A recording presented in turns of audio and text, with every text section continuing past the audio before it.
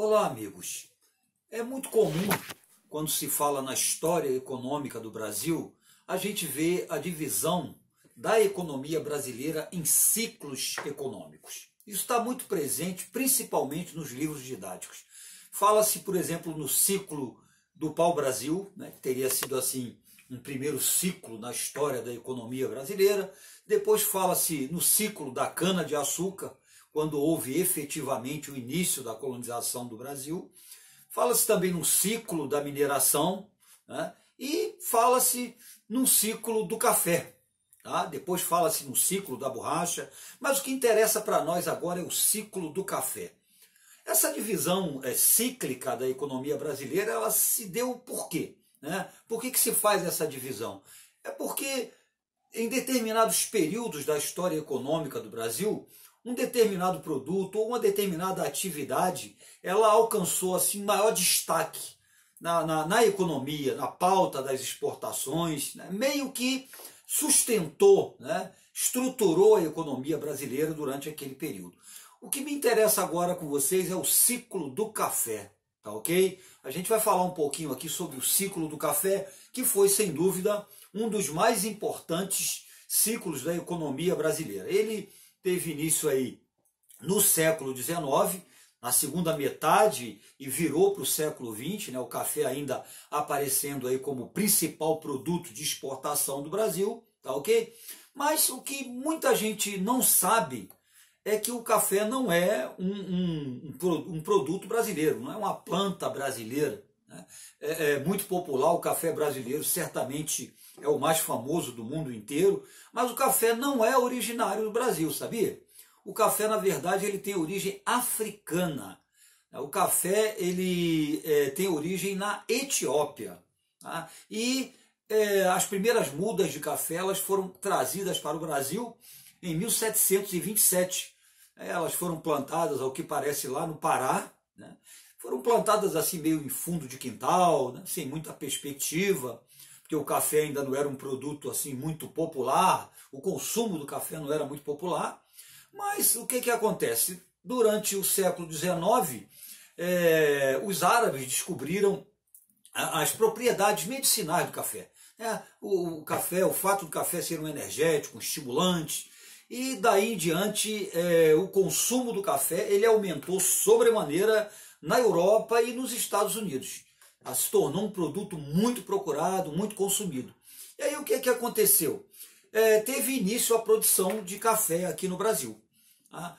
Inicialmente ele foi cultivado no litoral do Rio de Janeiro, depois ele passou a ser cultivado no Vale do Paraíba.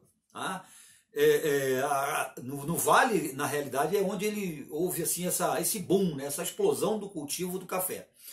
Posteriormente, o café acabou indo também para a Zona da Mata, lá em Minas Gerais, e finalmente chegou ao Oeste Paulista. Tá? Lá ele encontrou condições mais favoráveis à terra, né, a chamada terra roxa, que é a terra adequada para o cultivo do café, fez com que São Paulo se tornasse o maior produtor do Brasil. São Paulo, Minas e Rio de Janeiro, os três aí se destacam até hoje na produção de café, tá ok? Então, qual foi a importância do ciclo do café para a economia brasileira? O café ele chegou a representar no auge assim, das exportações mais ou menos 70% do valor das exportações brasileiras. É isso aí, nada mais, nada menos do que 70% do valor de tudo que era exportado. Então a gente tem uma ideia, né, do peso que esse produto teve na economia brasileira. Mas mais do que isso, o café trouxe transformações importantes para o Brasil. Tá? Ele gerou uma modernização, principalmente no setor de transporte, na construção de ferrovias. Tá? A ferrovia Dom Pedro II, a futura central do Brasil, por exemplo, ela foi construída para transportar o café do Vale do Paraíba até os portos do Rio de Janeiro. Daí para frente você tem uma explosão aí na construção de ferrovias, né, na história do Brasil. Outra coisa importante, que é bom a gente destacar aqui, foram assim, os desdobramentos políticos gerados pelo café. Tá? O café ele gerou uma nova classe poderosa, uma nova classe social, que ficou conhecida como a classe dos barões do café. Esses barões, esses grandes fazendeiros, esses grandes cafeicultores, que alguns preferem chamar de burguesia cafeeira, não é? Porque investiram também, por exemplo, nas ferrovias, eles próprios investiram capitais oriundos do café, né, na construção de ferrovias. Então, alguns falam em burguesia cafeeira. Mas esses barões do café acabaram protagonizando a política brasileira durante o século XIX e o início do século XX. Tá? Foi aquela famosa política do café com leite, que todo mundo já ouviu falar. Né? Se você pegar a relação aí dos presidentes brasileiros, os primeiros presidentes brasileiros do início da República Brasileira, você vai ver que todos eles eram cafeicultores. A gente tem, por exemplo, Prudente de Moraes, que foi o primeiro presidente civil. Depois você tem na sequência Campos Salles, Rodrigues Alves, né, Venceslau Braz.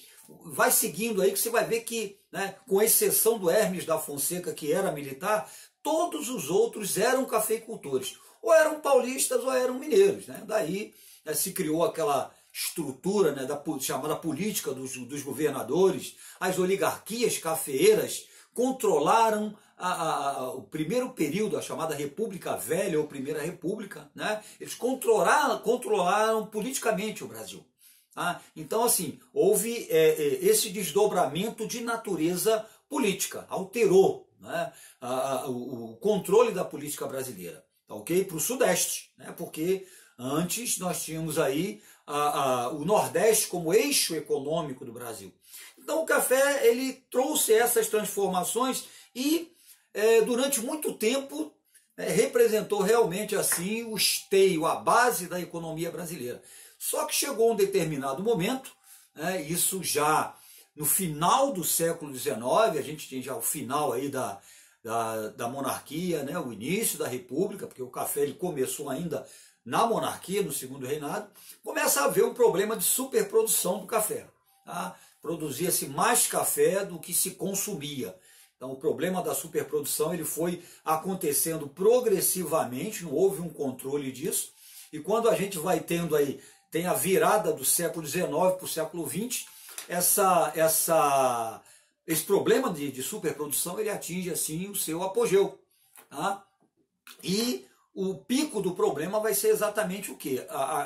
O ano de 1929, quando a gente tem a quebra da Bolsa de Valores de Nova York, né? E aí os Estados Unidos, por exemplo, param de consumir o café brasileiro. Né? Todo mundo sabe dos desdobramentos da crise capitalista de 1929. Então o café brasileiro ele despencou no exterior. Tá? Isso inclusive foi um dos fatores que levaram, né, à Revolução de 1930, quer dizer, dentro do aspecto econômico, né, evidentemente, porque essa Revolução de 30 ela foi muito mais motivada por questões, evidentemente, de natureza política. Tá? Então, assim, houveram várias medidas tomadas pelos presidentes da República Velha. O Campos Salles ficou famoso, por exemplo, com o Funding Loan, né, que foi assim um programa com a finalidade de salvar o café brasileiro. O governo pegou empréstimos no exterior para comprar estoques, né, que estavam parados do café. Tá? Comprou com dinheiro público. A justificativa seria retirar aquilo do mercado, estocar para quando normalizasse o governo vender e recuperar, né, aquele investimento, entre aspas. Tá? Mas isso, de fato, acabou não acontecendo. Né? A solução final, quem tomou foi Getúlio Vargas, depois da Revolução de 1930, que autorizou a queima aí de milhões de sacas de café. Foi a única solução encontrada para poder equilibrar, né, a oferta e a procura. Mas, de qualquer maneira, né, é importante a gente lembrar que o café ele foi muito importante pelo fato de ter assim, ocupado uma lacuna que já vinha, né, na economia brasileira desde o final do ciclo da mineração. Você tem um período de lacuna, então o café veio a preencher essa lacuna. Tá? E assim, as mudanças que ele trouxe, mudanças sociais. Nós temos aí, por exemplo, o estímulo à entrada em massa de imigrantes no Brasil. Evidentemente que a mão de obra utilizada nos cafezais, a princípio, foi a mão de obra do escravo. Tá? E depois, com o boom, né, do café, você vai ter assim a entrada de muitos imigrantes no Brasil, tá? Justamente para trabalhar nos cafezais, tá ok? E posteriormente você vai ter assim capital que era oriundo do café, né, quando veio a crise de superprodução, parte desse capital foi cooptado para a atividade industrial. Foi investido na atividade industrial. Então o café ele acabou estimulando, né, a industrialização do Brasil. O Barão de Mauá, Irineu Evangelista de Souza, um grande empresário, por exemplo, do Império, o maior de todos, né, ele cooptou muito capital de cafeicultores, né, quando já começava a ocorrer esse problema de superprodução. Então, assim, o ciclo do café, de fato, teve um peso, chamado ciclo do café, né, teve um peso muito grande na evolução da economia brasileira. E até hoje o café é um dos maiores, né, commodities, um dos maiores produtos de exportação do Brasil. Continua sendo, tá ok? Então é isso aí, gente. Beijo para vocês e até a próxima.